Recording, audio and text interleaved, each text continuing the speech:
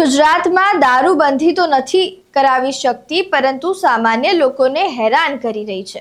દારૂબંધીના નામે જેમને દારૂ પીધો હોય તેમની સાથે બીજા લોકોને પણ પકડે અને પછી નકલી પત્રકાર બનાવીને છાપાની ધમકીઓ આપીને ખંડણીઓ માંગે। આવો જ એક કિસ્સો ગોંડલથી સામે આવ્યો છે। શું છે સમગ્ર માહિતી, આવો જાણીએ। નમસ્કાર, આપ જોઈ રહ્યા છો ચક્રવાત ન્યૂઝ। હું છું આપની સાથે નિધિ।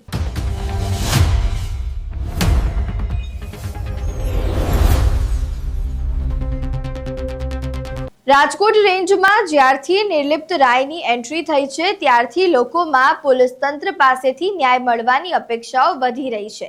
ત્યારે ગોંડલના B ડિવિઝન પોલીસ સ્ટેશનના કમ્પાઉન્ડમાં એક ચોંકાવનારી ઘટના સામે આવી છે। એક વ્યક્તિએ પોતાને પત્રકાર તરીકે ઓળખાવી પોલીસ મથકે આવેલા યુવક અને તેના મિત્રને બદનામ કરવાની ધમકી આપી તેની પાસેથી જબરજસ્તી 10,000 પડાવી લીધા હોવાની ફરિયાદ નોંધાઈ છે। પોલીસ સ્ટેશનમાં નોંધાયેલી ફરિયાદ અનુસાર 20 માર્ચના રોજ રાત્રે બે મિત્રો માર્કેટિંગ યાર્ડમાં બેઠા હતા ત્યારે પોલીસ ત્યાં આવી હતી, જ્યાં એક વ્યક્તિએ દારૂ પીધેલ હોવાથી પોલીસે બંનેને Gondal B division police station લઈ જાય છે। બીજા વ્યક્તિએ દારૂ ન પીધો હોવાથી તેના પર કેસ કરવામાં ન આવ્યો, પરંતુ તેના મિત્ર વિરુદ્ધ કાર્યવાહી ચાલુ છે। ત્યારે તે વખતે પોલીસ સ્ટેશનના કમ્પાઉન્ડમાં હાજર ધવલ ઉર્ફે D.K. જયંતિભાઈ રાણપરિયા નામના યુવકે પોતાની ઓળખ પત્રકાર તરીકે આપી તેને બે મિત્રમાંથી એક મિત્રને ધમકી આપી કે જો તે વહીવટ નહીં કરે તો સોશિયલ મીડિયા અને છાપામાં તેમના નામ આપીને તેમને બદનામ કરી દઈશ। બદનામીના ડરથી તે વ્યક્તિએ પોતાના ગૂગલ પે એકાઉન્ટમાંથી D.K.ના મોબાઈલ નંબર પર ₹10,000 ટ્રાન્સફર કર્યા હતા। પૈસા લીધા બાદ આરોપીએ ધમકી આપી હતી કે જો આ વાત કોઈને કહેશે તો તેને જાનથી મારી નાખવામાં આવશે। આ સમગ્ર મામલે ફરિયાદીની FIR સામે આવી છે, જેમાં પોલીસે આ મામલે ધવલ ઉર્ફે D.K. વિરુદ્ધ BNSની કલમ 308(5) અને 351(3) મુજબ ગુનો નોંધી તપાસ હાથ ધરી છે।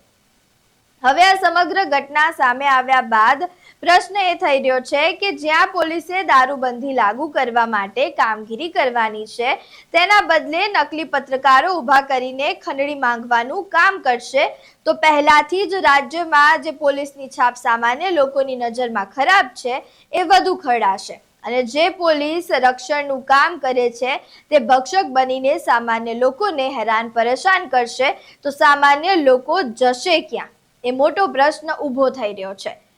અત્યારે હાલ તો આ મામલે ફરિયાદીની FIR જે ફરિયાદ કરે છે તેના આધારે FIR દાખલ કરવામાં આવી છે, પરંતુ જેટલા પણ પોલીસ અધિકારીઓ આમાં સંડોવાયેલા હતા તેની સામે તંત્ર દ્વારા કોઈ કાર્યવાહી કરવામાં આવશે કે કેમ તે પણ એક પ્રશ્ન છે।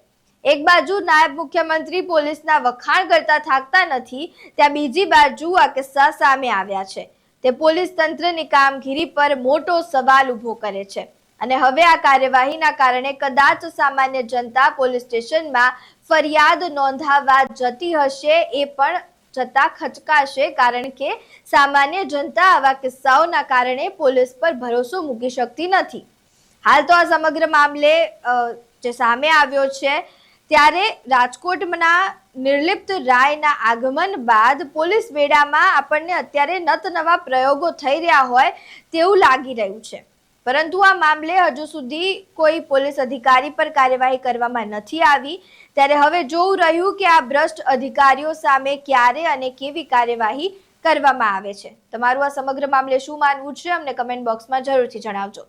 વિડીયો પસંદ આવ્યો હોય તો લાઇક, શેર, કમેન્ટ કરો અને અમારી ચેનલને સબસ્ક્રાઇબ કરવાનું ભૂલતા નહીં। નમસ્કાર।